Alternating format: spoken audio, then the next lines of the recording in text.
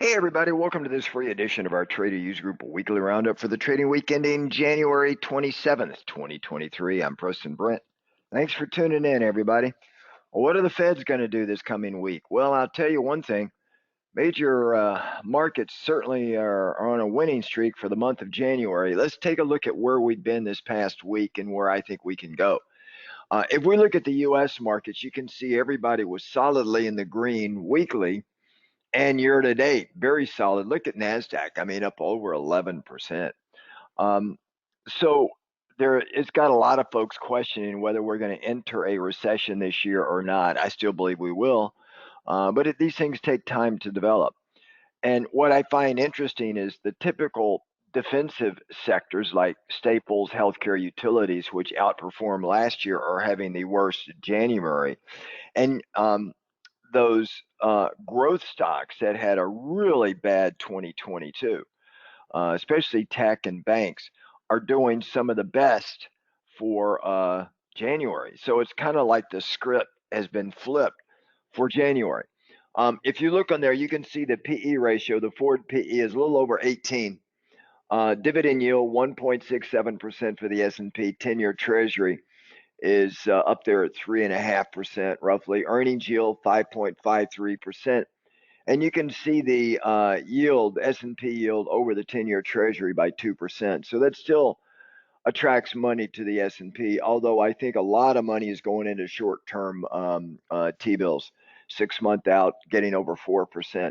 At least until some of this mayhem ends, and we get a better direction from the Feds on what they want to do. The current VIX was down a little over 6.7% for the week. It finished out the week at 18.51. The prior week it finished at 19.85. The VIX is still holding in the high teens or low 20s, and it's been that way for a while. We're going to kind of see how this thing shakes itself out. You can see the best sector for the week. Discretionary, like I said, it's a risk-on sector. The worst, healthcare, which is a value sector, risk off sector. And then you can see year to date, communication services is leading the way so far in January. And that was the worst performer for last year, by the way. Utilities underwater for January, a little over 2.28%. So it definitely a little bit of a reversal in the script and how things are shaking itself out. This past week, Monday, we did get the S&P Global reported their manufacturing and services sector data. It climbed to 46.6 here in the U.S. That was up from 45 in December. But we're still below 50, which shows contraction in the economy. We did see input prices increase a little bit as well. And we got the GDP number coming in at 2.9% versus an expectation of 2.6, primarily because inventory expansion, I think. And then one final note, we did get the personal consumption expenditures, which is a key data point that the Feds follow for inflation. It was at 4.4% through the year ended December. That's still above the Fed's 2% target, but it came in a little bit less than what folks were expecting. We did see in the GDP numbers buried in there somewhere, consumer spending did decrease 20 basis points in the month of December. But so we're seeing the consumer starting to balk just a little bit in what we're going here. And we got about 20% of the S&P 500 reporting earnings this past week. A little bit below underperformance, but this coming week, Thursday is going to be an interesting day. It's tech day. After the markets close on Thursday, we get Google, Apple, and Amazon. Now we get Facebook on Wednesday, or I guess that would be Meta. But Thursday we get Google, Apple, and Amazon. So Wednesday and Thursday this coming week are going to be very big days for earnings. And of course, Wednesday we get the Federal Reserve. We get Boom Powell doing his press conference at 2:30 p.m. Eastern Standard Time. 2 o'clock, the policy statement comes out. About a little over 90% probability of a 25 basis point rate hike. That'll move the current rate, Fed funds rate, to 4.5 to 4.75% range. And then the markets are expecting another 25 basis point rate hike in March. And then the markets believe that's where it's going to end. And the markets are actually forecasting that they're going to start cutting the rates in right after Halloween, October, November timeframe, this year. But the Fed so far are adamant saying they will not do that. So there's a little bit of a divergence between what the Feds are saying and what the markets are saying, i.e., the bond market. So let's see how this thing shakes itself out. And then, of course, if we go across the pond and we take a look over there, everybody was in the green with the exception of FTSE. Of course, China's on a week-long holiday this past week. So I'd love to have a week holiday from the markets, but the opening gap coming back from a week off must be horrible. But if we look at Europe, you can see here the president of their ECB, um, Christine Queen Bee Lagarde, and other governing council members of the ECB, basically each one of them independently going to the podium saying that they see significant rate increases in February and March, right? So inflation over there is a bit higher than it is here, but they're really getting very aggressive there. They're kind of being hawkish like the Feds here, but the markets don't believe the Feds here, and the markets are beginning not to believe the central bank over there too. So it's going to be a battle. Meanwhile, over in the Eurozone, most of the countries over there kind of stabilize in January. We're seeing some of the PMI readings moving above 50. I mean, just barely 50.2. Again, 50 is the dividing line between contraction and expansion. Over 50 is expansion, and they came in at 50.2, and they were at 49.3 in December. So let's just call it flat. That's a little bit about where we're seeing there. We did see consumer confidence across the Eurozone go up just a little bit. And that's generally because the winter months there are not as strong as everybody thought. So it's bringing the cost of energy and home heating bills down just a little bit. So that helps consumer sentiment, obviously. Meanwhile, over in the UK, the S&P composite index is at 47.8. That's down from 49.0. So they're continuing to contract in the UK. I do believe a recession's coming for Europe. It'll probably hit there before it hits here in the US, but I believe we're going to have one. And then, of course, if you look at the FTSE, that was the only one in the red for the week, but everybody's solidly in the green. Now, if you look over in the Asian markets, as I said, China was closed, or at least they weren't trading for the entire week. So it was really, I should just gray it out for the week, but they were at zero, obviously.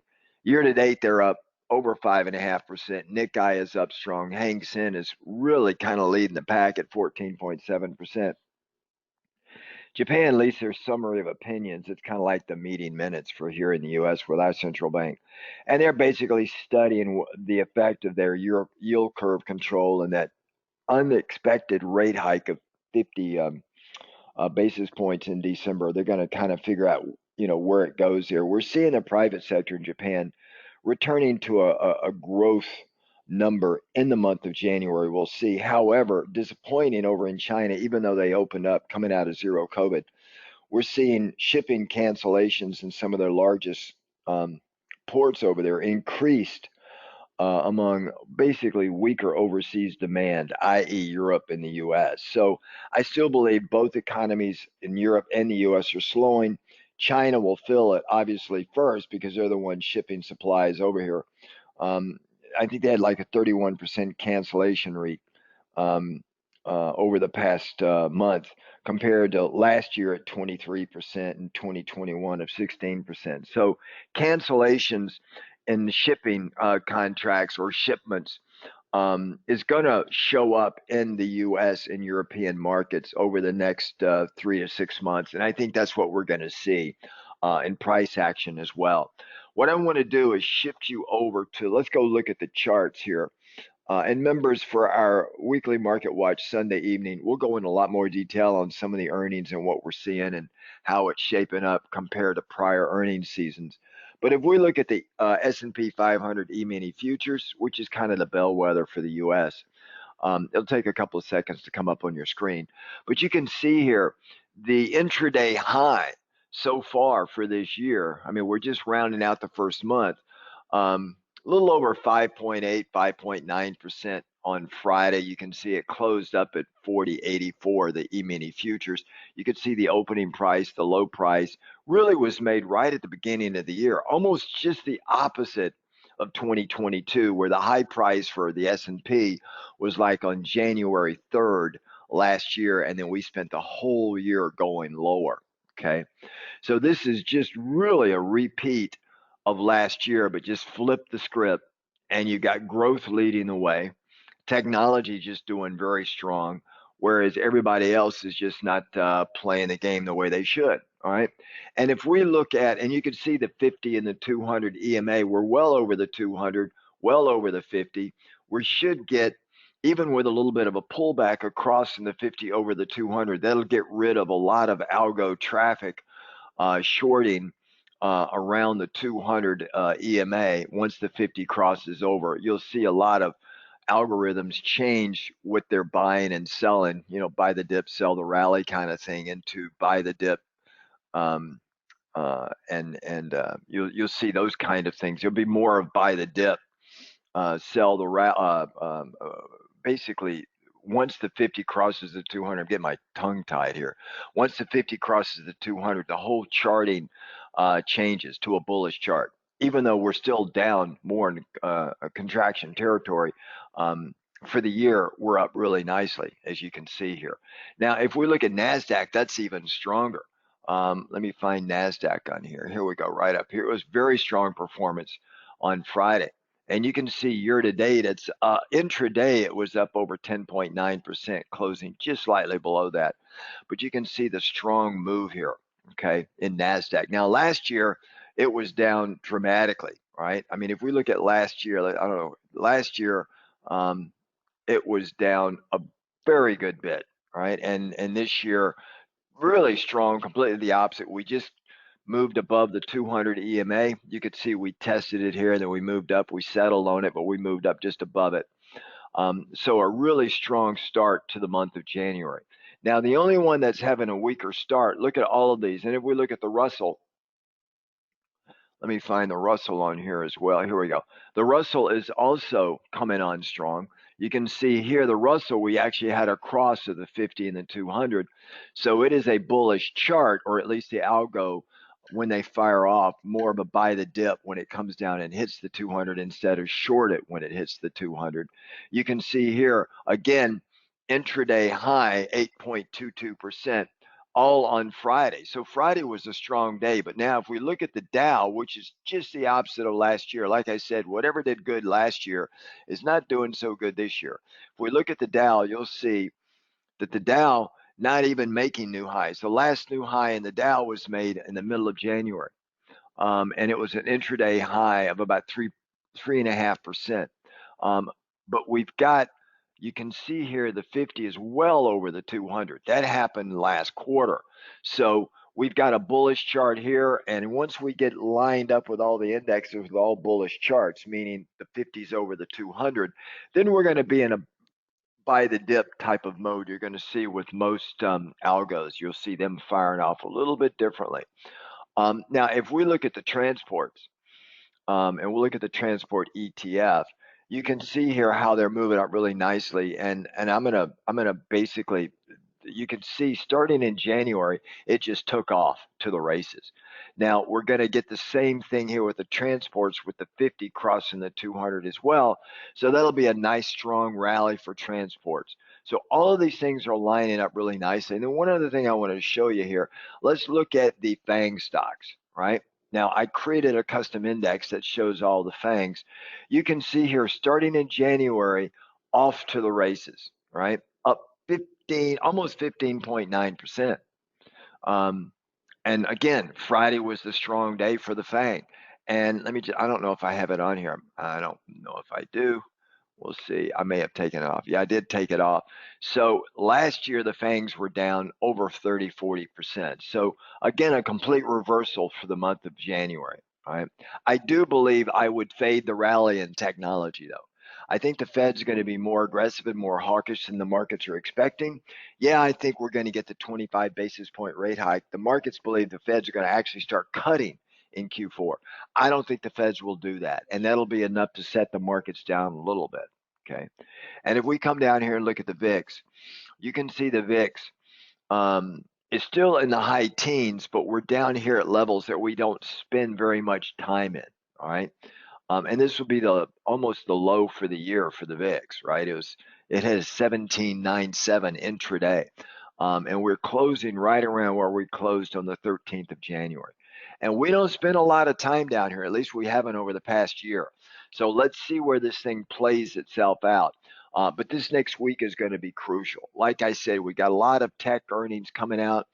And the FANG stocks, like I said, we get Facebook or Meta on Wednesday, and then we, on Thursday after markets, we get Google, Apple, and Amazon. You add those four up, and it's over what 15, 16% of the S&P index. Huge number. So it's going to move the markets depending on where they are. Now the bar has been lowered dramatically. But it doesn't really matter as long as they beat expectations, even no matter how ugly those expectations are. That's a good thing if they beat. But they're going to be looking for forward guidance, and I do believe they're getting a little bit ahead of themselves. I think the market's getting a little bit ahead of himself. If we look at the bond market, you can see Friday was a nothing day, but I do believe bonds can move higher, which means we're going to see interest rates move a little bit lower. This is the bond market's way of saying the Feds are wrong. You're getting people rushing into bonds, expecting a little bit more of a recession in the second half of this year rather than the first half. That's what the bond markets are saying. So they're getting into bonds right now. Last year, bonds were down over 10. It was one of those rare years where we had bonds down double digits and equities down double digits. Folks, that doesn't happen very often. I mean, you can count them on one hand going back a half a century. So we're getting the buyers stepping back into bonds right now. So I do believe bonds are going to continue up a little bit. Interest rates will continue down. And speaking of interest rates, if we look at the 10-year, you can see where it hit my target over here. The 2022, that was the 2022 high. I haven't marked it for January, but you can see how interest rates have just been coming down for the entire year. I think it's going to find support around the 200 EMA. And then it's not going to go much further south than that for a bit. Okay. But we got to get clarity out of the Feds to see where everything wants to shake out. And of course, if we look at the U.S. dollar, I know a lot of our members, I think I called out here in this free weekend update as well, to short the dollar. But we were calling out shorts back over here in this area here in early November. It turned out to be a great trade. And you can see we're scraping around the bottom here. Now, if we do have a recession, the dollar will move up, but you want to be a sell the rally or fade the move in the dollar. And the best way to play the dollar, to be honest, is with the euro. So if you want to be short the dollar, go long the euro. And you can see we got long the euro back over here around November 8th, 9th time frame. And it's almost like every day I got to keep moving this up a little bit, right? Just move it up, right, like that. So that was the high in the intraday high in the euro back on January 23rd. So I got to modify this just a little bit here, but that's kind of what we're seeing here in the markets. Strong market performance so far. Earnings coming in weaker than expected, but the markets are really giddy right now, and I think the Boom Powell is probably going to want to tap down that giddiness of the market. So just understand next week could be a very interesting week. From a standpoint of precious metals, as you know, I love gold this year. Gold has come up very strong. You can see here, well, let me get the gold futures. That's what we're tracking more of. You can see with the gold futures, the low is almost the opening price. We haven't looked back since gold opened in 2023. In fact, we made new highs in gold as well, right over here. So the high in gold is 1949.8. And I got to just modify the date on that, but that high was made on the 26th of January. I think gold's going to pass through 2000. Any dip in gold, you want to be a buyer. All right. Same thing with silver. Meanwhile, copper, they're doing very good. Look at this in January. You can just see it off to the races. And this was right around when China started opening up, and it's just very bullish. I think a little bit of a pullback here, but you want to be a buyer of the dip. And like gold, you're seeing the 50 cross the 200. So we're correcting some of the technical damage that was done last year. Oil, well, we got our own way of trading oil. Any dip in oil here, you can see it's going to be trading in a long-term range. So for our members, I'll go into more detail on this Sunday evening, but just a great way to trade. You can see the high for the year is only 2.64. The low for the year, it's down about 10% from the opening here, or where it closed last year. So it's still a fairly tight range compared to the way oil moved last year. So that's a little bit about what we're seeing here. If we look at nat gas, we had a couple of triple and grand slam trades in nat gas. We got short nat gas way over here, and you can see it's hitting my target and coming up. But I think I would be more a seller of nat gas than a buyer of nat gas. I do believe it may run up a little bit, but I would sell that rally in nat gas. A lot of nat gas, this big move here is driven by a lower or a warmer than expected summer, winter in Europe. So that's why consumer sentiment in Europe is doing much better, is because the cost of energy is coming down because the usage is coming down. All right, everybody, that's just a real quick and dirty on kind of some of the major asset classes in the markets. Members, we'll go in a little more detail this Sunday evening. If you're not a member, I highly encourage you to come in and check us out. Otherwise, have a great weekend. Enjoy the NFL divisional playoffs tomorrow on Sunday. Take care, everybody. Ciao now.